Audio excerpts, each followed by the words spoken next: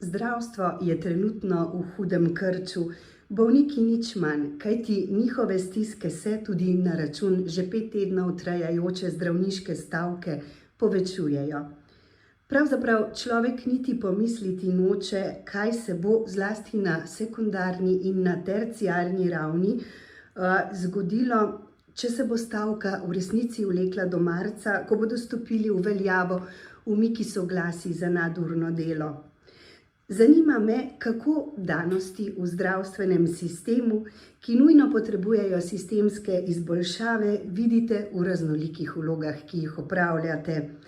Kako aktualne in tudi akutne razmere ocenjujete kot zdravnik, ki se spoprijema s kliničnimi izzivi na področju družinske medicine, kako nanje gledate kot direktor zdravstvenega doma in kako kot predsednik Združenja zdravnikov družinske medicine? Kaj se pravzaprav najbolj izpostavlja v preseku omenjenih vlog, kje po vaši oceni koreninijo bistvene težave, ključni izzivi, pa ne le na primarni ravni zdravstvenega varstva? Ja, kar zahtevno dolgo vprašanje ste mi zastavila. Mogoče najprej to, kar je aktualno, glede stavke. Stavka je zagotovo legitimna pravica vsake poklicne skupine in je posledica neke neusklajenosti med dvema partnerjema. Seveda določene poklicne skupine imajo to možnost stavke zelo omejeno. Tukaj smo tudi zdravniki, zdravstveni delavci ali pa nenazadnje operaterji na številki 112. Moramo zaradi narave dela, ki ga opravljamo, večino svojega dela opraviti tudi med stavko, kar je razumljivo.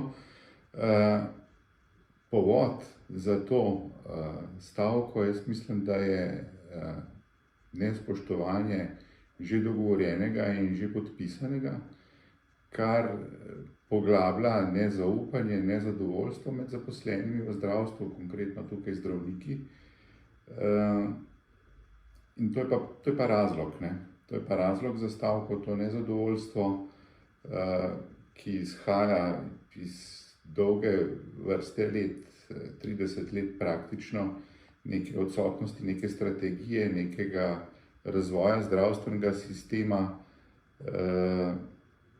Če pogledamo samo število ministrov, ki se je zamenjalo, jaz sem že toliko časa v tem, da sem hodil na ministrstvo na kar nekaj sestankov, v tisti sejni sobi je potem lansko leto zmanjkalo prostora za slike ministrov. Za nove portrete, kaj ne? To se je predstavili gor na hodnik ministrstva. Skratka, tudi te pogoste menjave ministrov zagotovo ne pripomorejo k temu, da bi se nekaj odgovorno rešilo, ampak se pač predstavlja na, bom rekel tako zdaj grdo, na naslednji mandat, na naslednjega ministra. Neke izboljšave so, strategija je pa odsotna ali pa nek razvoj, ki bi nekako pripomogel k odpravi vzrokov. In tukaj so potem posledica dolge čakalne dobe, posledica tega so ljudje brez izbranega osebnega zdravnika, posledica so socialno ali pa demografsko ali pa geografsko deprivilegirani ljudje, sramotno nizke plače srednjega zdravstvenega kadra, administrativno-tehničnega kadra, zaposlenega v zdravstvu, odhodi zdravnikov, bodisi v tujino, bodisi k zasebnikom v zasebno prakso. In zagotovo za vse to niso odgovorni samo zdravniki ali pa zaposleni v zdravstvu, ampak je odgovornost širša. Seveda smo pa mi najbolj priročen, ali pa tako rečem, dežuren krivec za javnost in tudi nenazadnje za medije. In v bistvu v tem smislu se zdi, da vedno znova namerno ali nenamerno ostaja spregledana neznosna lahkost neodločanja odločevalcev, njihova neagilnost. Ja, seveda, So pa, jaz razumem, stiske ljudi so velike. Velike so tudi stiske ljudi zaposlenih v zdravstvu, zdravnikov zaradi te stavke. Jaz bi si želel, da se ta stavka čim prej konča. In mislim, da bi tukaj morali vsi odgovorno pristopiti k temu, naredimo vse, da pride do dogovora. Ker zdajšnja pad pozicija, tako kot ste rekla, bo vodila samo še v poslabšanje, če bodo veljali ti preklici s 1. marcem, bo zlasti na sekundarnem nivoju zelo težko organizirati zdravstveno varstvo in tukaj pogrešam bolj odgovoren pristop vseh odločevalcev, vključno z ministrico ali pa z premierjem, če je potrebno. Jaz mislim, da bi morali vsi narediti takoj vse, kar je v naši moči, da se dogovorimo. Zdi se mi, kajti tudi sama že dolgo časa pokrivam področje zdravja in zdravstva, da takšni situaciji, kakršni smo priča zdaj, da kaj takega v preteklosti še ni bilo. Ja, stvari so se nabirale skozi dolgo vrsto let in zdaj je to vse nekako, bom rekel, s to stavko privrelo na plano. Osnovni namen te stavke je po mojem globokem prepričanju ohraniti javno zdravstvo, kakršnega imamo in ki še kolikor toliko funkcionira. Z tem postopnim razkrajanjem, seveda se ne bo zgodilo to jutri, da bodo šli vsi privat ali pa da bodo šli vsi v tujino ali pa da bo javno zdravstvo, da ga jutri več ne bo. Ampak ravno s tem, ko se to razkraja, se je ta postopek začel in nezadovoljstvo zaposlenih v zdravstvu, če hočemo dobro vsem prebivalcem Slovenije, je treba ustaviti, je treba pač jim prisluhniti, njihovim željam, njihovim potrebam, njihovim interesom, ker sicer bo res postopno bo prišlo do tega. Mi tisti, ki smo nekako starejši, bolj proti koncu poklicne poti, sigurno ne bomo zdaj šli v tujino ali pa nekih novih hudih poklicnih izzivov iskali, ampak najbrž pa tudi ne bomo podaljševali, potem, ko bomo enkrat dosegli pogoje za upokojitev. Pa čeprav bi recimo mogoče zmogli ali pa imamo znanje, smo še sposobni tudi po tisti najbolj aktivni življenjski dobi recimo v tem sodelovati. Mlajši pa zagotovo, mlajši pa iščejo priložnosti poslovne doma, zasebne prakse, odhodi v tujino, vse to se dogaja. In vkolikor ne bomo nekaj spremenili na tem področju, da bodo ljudje bolj zadovoljni, da bomo bolj prisluhnili njihovim potrebam na izvajanju javnega zdravstva, bo na koncu to slabo za ljudi. Kako pa ocenjujete novo uredbo o programih obveznega zdravstvenega zavarovanja, ki jo je vlada sprejela pred dobrim tednom dni? Se vam zdijo rešitve, ki jih prinaša ta dokument, prave? Lahko pričakujemo, da se bo dostopnost pacientov do osebnega zdravnika zdaj, ko bodo to odgovorno vlogo lahko povsem samostojno opravljali specializanti, izboljšala? Je mogoče pričakovati, da bo na ta način rešen tudi problem velikega števila prebivalcev, ki so danes brez osebnega zdravnika? Z specializantskimi ambulantami zagotovo ne. To jaz mislim, da je zadeva, ki je prav, da je v uredbi ostala prostovoljna, torej če nekdo od specializantov v zadnjem letniku specializacije želi opredeljevati paciente, ostati nekako delati z neko konstantno populacijo strokovnega vidika in tukaj ni čisto nič narobe. Je pa takih specializantov relativno malo, oni si po koncu specializacije tudi iz tih razlogov, ki sem jih že prej navedel, želijo več svobode in jaz jih razumem, želijo si izbirati, pri katerem delodajalcu bodo delali, v kakšni obliki bodo zaposleni in se ne želijo že pred iztekom specializacije vezati za določeno ambulanto, za določenega delodajalca. In mislim, da bo interesa med njimi, vsaj kolikor sem bil z njimi v stiku, zelo malo in tista peščica zagotovo ne bo rešila problema neopredeljenih v slovenskem zdravstvu. Na področju družinske medicine jaz mislim, da je bilo v zadnjih letih narejenih kar nekaj pozitivnih korakov. Ne nazadnje o tem priča tudi trend, da se je število specializantov povečalo v zadnjih letih. Mi smo imeli v obdobju ne vem, recimo leta 2010 do 2015 v določenih letih celo več interesa za specializacijo, kot je bilo razpisanih specializantskih mest, in smo imeli izbirne postopke, se pravi, specializantov je bilo več kot 100 na leto. In če bi se ta trend skozi ta leta nadaljeval, danes ne bi govorili o problemu ljudi, ki ne morejo izbrati osebnega zdravnika. Žal je pa potem prišlo do razkoraka, sicer število specializantskih mest se je povečevalo, ni pa bilo nič narejeno za to, da bi se mladi zdravniki po fakulteti odločali za specializacijo iz družinske medicine, in na eni strani so se povečevala prosta mesta, po drugi strani pa je upadal interes. In tako smo imeli potem leta, mislim, 2017-2018 izredno malo specializantov, okrog 20-30 na leto. Z ukrepi, ki smo jih skupaj z ministrstvom, ne nazadnje, in vsemi deležniki v zdravstvu vpeljali na področju družinske medicine, se je ta trend izboljšal, tako da smo v lanskem letu imeli okrog 80 specializantov novih.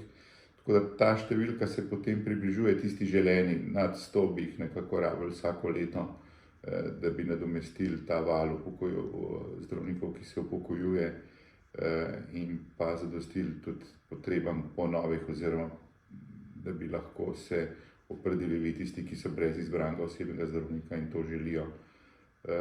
Škoda bi bilo zdaj z nekimi nepremišljenimi ukrepi ta trend ustaviti ali pa spet obrniti navzdol.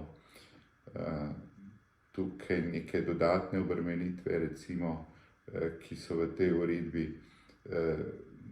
niso še čisto jasno opredeljene, spremembe glavarinskih količnikov, ki se obetajo, sprememba nagrajevanja, ki je destimulativna v primerjavi z preteklimi leti, torej ne stimulira se več opravljenih storitev, samo glavarina, pa še to dokaj skromno. Vse to lahko pripomore k temu, da bo interesa za specializacijo iz družinske medicine manj, in se bojim, da se lahko nam potem zgodi scenarij iz leta 2017-2018, kar dolgoročno vodi v spet poslabšanje razmer in še manjšo dostopnost izbranih osebnih zdravnikov za ljudi, ki jih potrebujejo.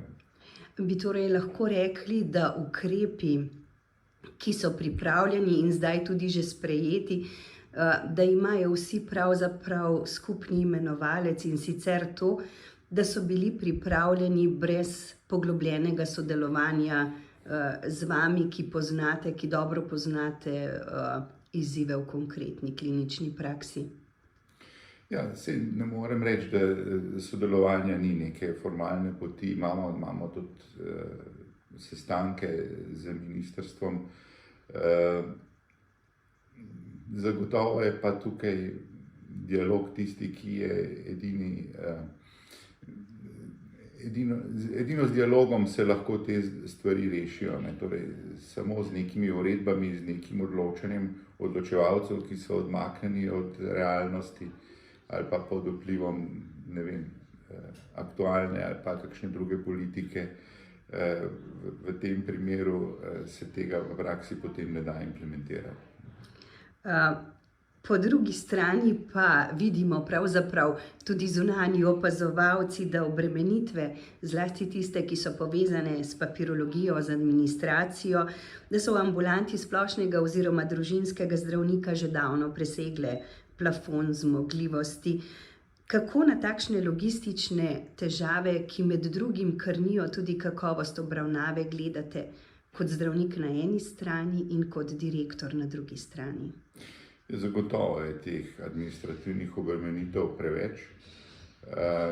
Tukaj bi morali stremeti k temu, da pride do prenosa določenih kompetenc na ostale zaposlene v zdravstvu. Recimo, mi imamo v primerjavi z drugimi evropskimi državami zelo veliko nesorazmerje med zaposlenimi zdravniki na eni strani in diplomiranimi medicinskimi sestrami. Tako da timsko delo, sodelovanje je tukaj ključ do uspeha, seveda prenos kompetenc in odgovornosti, ker če se samo širi tim na primarnem nivoju in se potem samo poveča lijak, na koncu je pa spet eden, ki ima vso odgovornost, ki mora sprejeti vse odločitve, potem to ni razbremenitev, ampak kvečjemu poslabšanje kakovosti dela za zdravnike družinske medicine. Svojo vlogo zagotovo bi moral prevzeti tudi Zavod za zdravstveno zavarovanje z administrativnimi razbremenitvami, ki jih lahko izvedejo zelo hitro. Recimo en od takih primerov je samo podaljšanje oziroma pošiljanje tako imenovanega e-bolniškega lista po odločbi, ki jo itak odobrava imenovani zdravnik na Zavodu za zdravstveno zavarovanje, pa je še vedno potem potrebno to odločbo poslati oziroma ta e-bol z strani izbranega osebnega zdravnika v ta tako imenovani sistem hrbtenico, kjer potem delodajalec ta bolniški list pobere.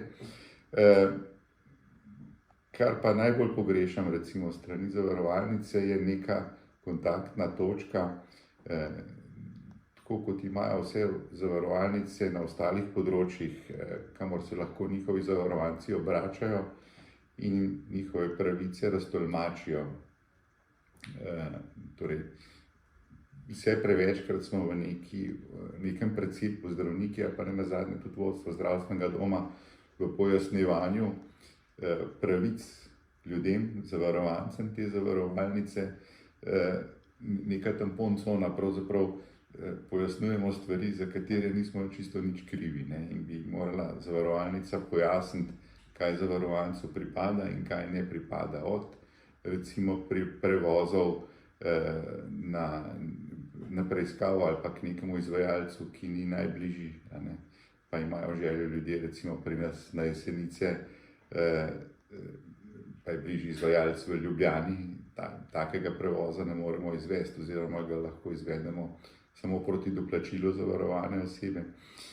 In te stvari bi morala zavarovalnica pojasniti ljudem. Skratka, neki infofon, neka točka, kjer bi se pravice pojasnjevale. Je pa z vidika zavarovalnice zagotovo bistveno lažje, da vse to breme preloži na vas. Seveda, in tudi cenejše ne nazadnje. Poleg tega pa, kar ste omenila, te administrativne razbremenitve, marsikaj bi se dalo rešiti z uporabo umetne inteligence. Tukaj imamo zelo razdrobljen informacijski sistem med različnimi izvajalci, med različnimi programskimi hišami. Tukaj pogrešam bolj enoten pristop in pa uporabo res modernih tehnologij. Marsikaj se danes da z umetno inteligenco rešiti. Niti ne bi rabo zdravstvenega administratorja. Jaz mislim, da zdravnik bi pri svojem delu moral imeti možnost recimo narekovati neki umetni inteligenci, nekemu informacijskemu sistemu, kreiraj mi napotnico za kardiologa s takim in takim pooblastilom, pacient ima take in take težave, potem umetna inteligenca to povzame. To ni znanstvena fantastika, to se že marsikje dogaja, mi smo pa nažalost še res svetlobna leta daleč od tega. Zagotovo lahko rečemo, da je informacijski sistem še vedno Ahilova peta našega zdravstva, pa se na to opozarja že več desetletij pravzaprav, kaj ne? Zanima me, kako kot zdravnik oziroma kako kot nekdo v vseh vlogah, ki jih opravljate, ocenjuje delo ministrice za zdravje, kako denimo vrednotite poziv k njenemu odstopu, ki so ga izrekli zdravniki na stavkovnem zboru v celjski splošni bolnišnici? Jaz ta poziv vidim predvsem kot nek poziv, da pristopi k odgovornemu delu, k pogajanjem v tem primeru sindikatom Fides. Tako kot sem že uvodoma povedal, vsi, ki kakorkoli zdaj sodelujemo v zdravstvu in odločamo o zdravstvenem sistemu, bi morali bi zvoliti vsi alarmi in stopiti skupaj, da se ta stavka čim prej konča, da vidimo, kaj lahko naredimo in da se začnemo odgovorno obnašati. Kajti to, kar se dogaja zdaj, oziroma ne le zdaj, že nekaj časa, je na določeni ravni oziroma v končni fazi neodgovorno predvsem do bolnika. In bolniki so danes v veliki stiski, mnogi od njih. Bolniki so v veliki stiski, ta stavka je škodljiva za vse. Za bolnike, za zdravstveni sistem, ne nazadnje tudi za zaposlene v zdravstvu. Poglablja se nezaupanje do zdravnikov, na preizkušnje, terapevtski odnos, sodelovanje z bolniki v bodoče in tukaj vsi izgubljamo. In še enkrat, prav zaradi tega bi morali vsi, ki lahko karkoli naredimo, da se razmere uredijo, da se stavka prekine, k temu z vso resnostjo pristopiti. O tem, da so spremembe okvirov, ki narekujejo utrip zdravstvenega sistema, nujne, ni dvoma. Ampak zanima me, kaj bi bilo po vaši oceni najnujneje nadgraditi oziroma urediti tako, da bi se delo zaposlenih lahko odvijalo čim bolj nemoteno? Ja, saj nekaj od tega sva že omenila, čudežnih rešitev seveda ni, zdravnikov je toliko, kolikor jih je. Tudi ni pričakovati, da bomo v kratkem dobili neko veliko pošiljko specializantov ali pa specialistov iz tujine. Nažalost so druge države veliko bolj privlačne za zdravnike, ki recimo razmišljajo o selitvi iz svoje države v tujino. Tako da s tem kadrom, ki ga imamo, bomo morali živeti in organizirati sistem tako, da bo vzdržno deloval. To pa spet se vračava k tistemu, kar sva že povedala, torej timskemu delu, prenosu kompetenc in odgovornosti, uporabi umetne inteligence. To so tiste stvari, ki bi lahko pripomogle k kolikor toliko, nekemu vzdržnemu sistemu. Če se pogoji izboljšajo, če bodo ljudje zadovoljni, potem pa seveda tudi več odločanja za družinsko medicino. Mi že zdaj imamo primere dobrih praks, neka, zdrava okolja, kjer so zdravniki vsaj kolikor toliko zadovoljni za svojo zaposlitvijo, pa so to lahko ali zdravstveni domovi, ali koncesionarji, ali tako imenovani svobodni zdravniki. Vsakemu verjetno ustreza nekaj drugega, nekdo ima mogoče več poslovne žilice, pa se odloča bolj za svojo poslovno pot, nekdo ima rad malce več prostega časa, pa rad dela v nekem urejenem zdravstvenem domu, kjer ostali skrbijo za to, da je delo poteka tako, kot mora. Oblike so različne, jaz mislim pa, da je potrebno pogledati pri vseh, kaj delajo dobrega, zakaj se mladi recimo odločajo za tako obliko zaposlitve, potem to implementirati tudi v tista okolja, kjer je zdaj težava, kjer je zdravnikov premalo, kjer se srečujejo z odpovedmi in kjer se razmere poslabšujejo. Tako, najboljše izkušnje strniti in jih umestiti na celotno področje zdravstva, kaj ne? Vprašala bi vas še, kako pa je s strategijo sprememb v osnovnem zdravstvu, kjer ne primanjkuje le zdravnikov in njihovih timov v družinski medicini, ampak se s podobnim stanjem soočajo tudi na področju ginekologije, pediatrije. Kako blizu ali daleč so bistvene organizacijske spremembe na tem polju? Ja, ginekologija, pediatrija se mi zdi na primarnem nivoju imata to težavo, da sta slabo zastopani v njihovih strokovnih telesih oziroma pri odločevalcih iz njihove stroke. Sicer ne poznam toliko teh razmer, ampak moj vtis je, da v glavnem v teh njihovih organih, ki odločajo, sodelujejo zdravniki sekundarnih ali pa terciarnih ustanov in na primarnem zdravstvu niso toliko uslišani. Tukaj se dogaja tudi seveda to, da potem vsaj te težave, no, pa na družinski medicini nimamo, ne? Če nekdo konča specializacijo iz družinske medicine, se bo skoraj zagotovo zaposlil na primarnem nivoju, razen če ne bo, ne vem, odšel v tujino ali pa delal čisto nekaj drugega, kot je, za kar se je izobrazil, ne? Specializanti pediatrije, ginekologije imajo pa potem vedno možnost izbire, ne? Ali delati v zdravstvenem domu, ali delati kot koncesionarji, ali delati v bolnišnici, in če so pogoji za delo boljši v nekem okolju, ki ni na primarnem nivoju, se potem seveda rajši odločajo za delo tam. Tako da recimo konkretno pri nas smo imeli zelo velik problem na področju pediatrije, kjer so se specializantke, ki so bile predvidene za delo pri nas, odločile za delo na sekundarnem nivoju v bolnišnici, ker jim je to bolj ustrezalo, in v takih razmerah je zelo težko potem načrtovati neko kadrovsko politiko. No, mi smo sicer to uspešno zaenkrat rešili z uvozom zdravnikov iz tujine.